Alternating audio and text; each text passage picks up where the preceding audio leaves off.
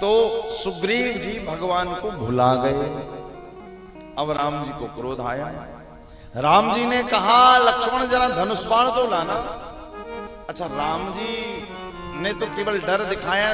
लक्ष्मण जी ने कहा आज राम जी को हो क्या गया, बड़ा क्रोध आ रहा है। बोले जरा धनुष बाण लेकर आओ, जिस बाण से मैंने बाली को मारा है लग रहा है उसी बाण से सुग्रीव को मार दो। लक्ष्मण जी कह रहे लग क्या रहा है बताओ, मैं ही जाके मार कर ले आ रहा हूं, आप क्यों कष्ट कर रहे हो। और राम जी ने कहा नहीं नहीं नहीं नहीं नहीं, गड़बड़ हो जाएगी। भाई राम जी तो सोच ही रहे, लक्ष्मण जी कह रहे आप कहो तो मार के ही ले आऊं। अब यहां पर भगवान का स्वभाव, भगवान की लीला हमें एक ज्ञान दे रही है।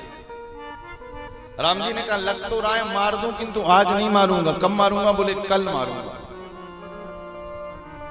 कहने का अभिप्राय कि जब आपको किसी से लड़ने का मन करे, सुनिएगा ध्यान से, लड़ने का मन तो सबका करता है कि नहीं करता बताओ? करता ही है महाराज। माताओं का तो श्रीमान जी से जरा दिन भर में एक दो बार जब तक ना हो तो फिर वो गृहस्थ भी किस काम का है? तो जब किसी से झगड़ा करने का मन करे, लड़ाई करने का मन करे या कुछ अपशब्द बोलने का मन करे तो तुरंत नहीं, पहले पंडित जी से मुहूर्त निकलवाओ कि लड़ने जाएं कि ना जाएं। हमारे आचार्य जी बैठे रामेश्वर पाणिग्राही जी, इनसे पंडित जी से मुहूर्त निकलवाओ पहले कि जाएं कि ना जाएं। अब पंडित जी ने कहा कि आज से 4 दिन बाद बढ़िया मुहूर्त, उस दिन लड़ने जाओगे तो जीत जाओगे। अब आप बताओ क्या 4 दिन बाद आपका गुस्सा रहेगा? गुस्सा तो क्षणिक होता है, आया और गया। तो जब भी ऐसा देखे, शास्त्र ने बहुत अच्छी बात कही है, जब भी कुछ बुरा करने का, कुछ भी पाप करने का मन करे जना देर रुक जाइए बस।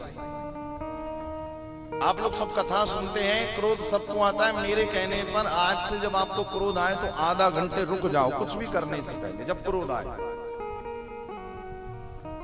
फिर आप पक्की बात है, रामचरितमानस में भगवान ने ये कहा है कि जब कुछ भी बुरा करने का मन करे आधा घंटे रुक जाओ। भगवान की ऐसी कृपा होगी कि भगवान सब पलट कर रख देंगे।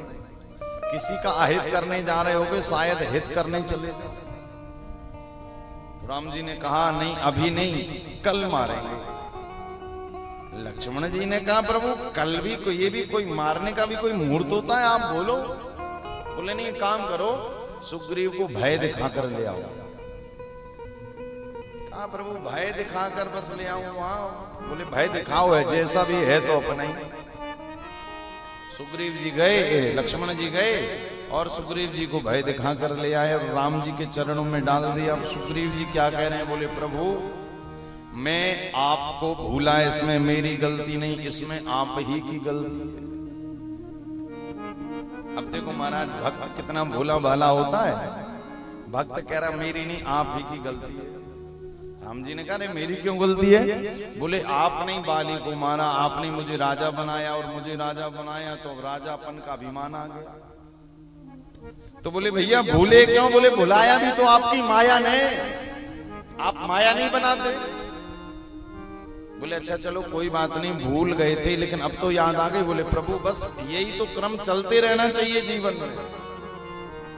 पहले कभी हम भूल जाएं, फिर जब ऐसी कथाएं हों, राम कथा, भागवत कथा, सत्संग, भजन, कीर्तन, तो ये ठाकुर जी को फिर हम याद कर लें। ये भूलने याद करने का क्रम चलते चलते एक दिन जीवन में ऐसा होता है महाराज कि दुनिया भर का हम सब भूल जाते हैं। याद रहते हैं तो केवल हमें हमारे बिहारी जी याद रहते हैं, जगन्नाथ जी याद रहते हैं, बाकी सब भूल जाते हैं।